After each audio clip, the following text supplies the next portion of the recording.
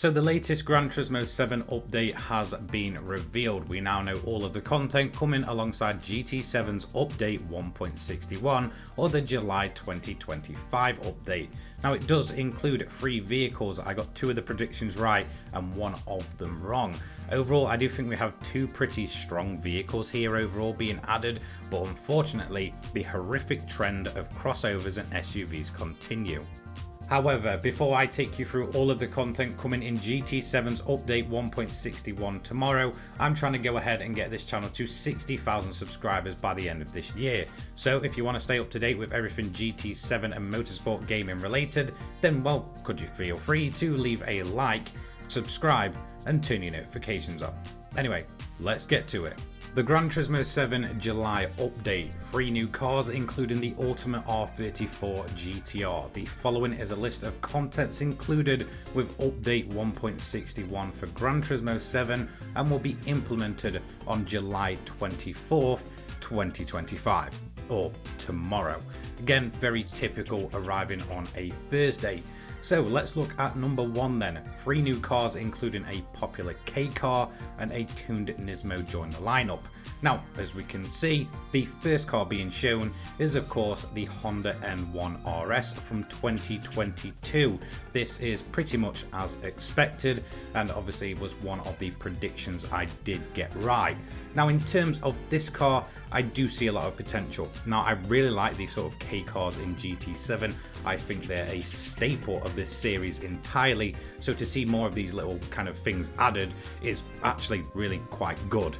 Again, when it comes to sort of the Gran Turismo heritage, cars like these are kind of deserving of their place in this sort of game, whereas another car I'll talk about in a few moments time really isn't. So this one for me, I think is going to be a genuinely enjoyable car overall, and if they get the tuning right, this could be a lot of fun, which they typically do with this type of car overall. Again, another prediction correct here with the Nismo R34 GTR Z Tune from 2005. Of course, it is great to see this car, and honestly, if there's any of the GTRs that is really truly deserving of being in Gran Turismo, then it is this variant. It really is the Ultimate R34. However, it is unfortunate that it is essentially a bit of a different variant. Now, again, when it comes to Gran Turismo 7 and it's in the current place it is, this doesn't feel like the best time to be releasing this kind of type of car. You know, I really wish this kind of came at a time when Gran Turismo was at a strong point, and I think it would have been much more well received. Overall, I think this is going to be a fantastic addition, no doubt. I think it's going to be an incredible car overall in terms of customization and making it even quicker than it already will be in game. But again, unfortunately, when Gran Turismo is kind of in the way it is currently between updates and, you know, receiving a lot of backlash for certain cars, this probably isn't the best time to release this car. But again, for someone like me, I genuinely will enjoy this one, and it really is a great vehicle. So for me so far, that's 2 out of 2. But unfortunately, we do have to talk about another car. Now, of course, the third car is the one I didn't get correct. It was incredibly difficult to tell with the silhouette, but it is the Nissan Qashqai Tekna 190 2-wheel drive e-Power 2022. And if that e-Power says everything, it's going to be that, you know, it's going to be awful. It's probably going to be completely useless.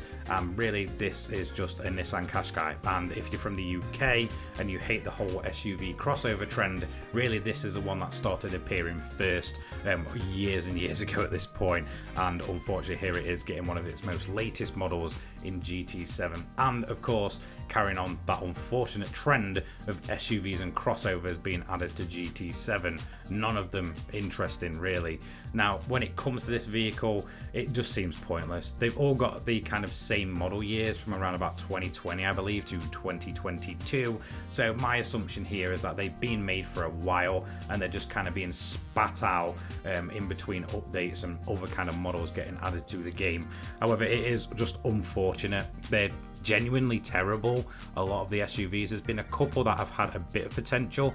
That was the Peugeot and the Mazda, but everything else that we've received so far, this included, are absolutely worthless additions to the game that will get used for all of 5 minutes and then probably never be touched again.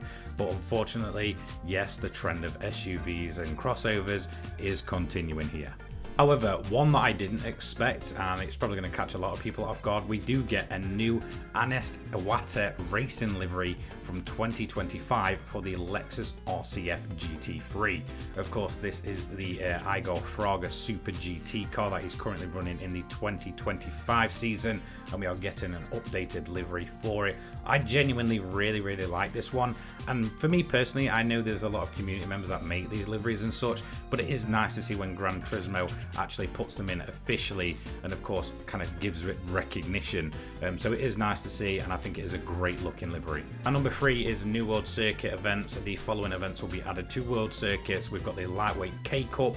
Thankfully, we are getting a new event there. I think that's a really underrated series, and it was kind of lacking in terms of places to actually race, and that is going to be at the Nürburgring Nordschleife.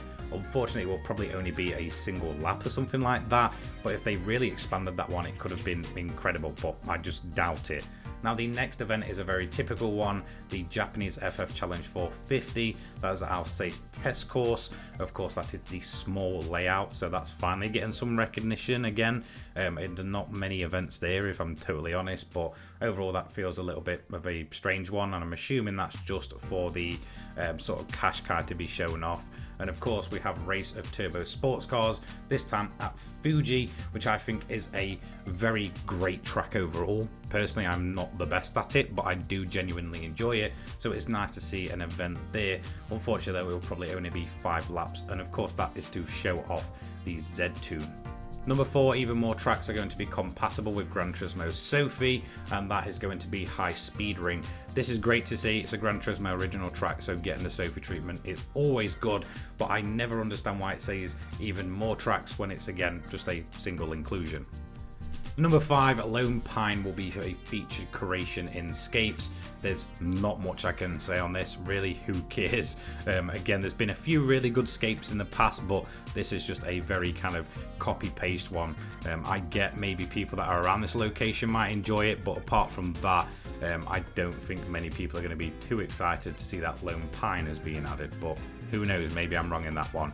Anyway, as you can see, thank you for your loyal support, and we hope you continue to enjoy Gran Turismo 7. So there we go, that is all of the content confirmed as coming with GT7's update 1.61 tomorrow. Now, of course, tomorrow morning I will go through all of the patch notes to see all of the engine swaps and any extra little fixes and such that are included in this update. But as for the update itself, I definitely feel in terms of at least 2 other cars, they're actually quite good and quite different from each other. But in terms of, once again, another crossover SUV, I just wish this trend would really end, and I think 99% of the GT7 player base would agree with me, especially these electric ones that are honestly no good whatsoever. As for the rest of it, again, it's a fairly typical smaller update, and again, it's noteworthy to kind of mention that the SU7 Ultra still isn't included, so I'm not quite sure what's going on there. Anyway, let me know what you think in the comment section down below, and I will see you tomorrow morning. Have a fantastic rest of your day. Take care, guys. Peace.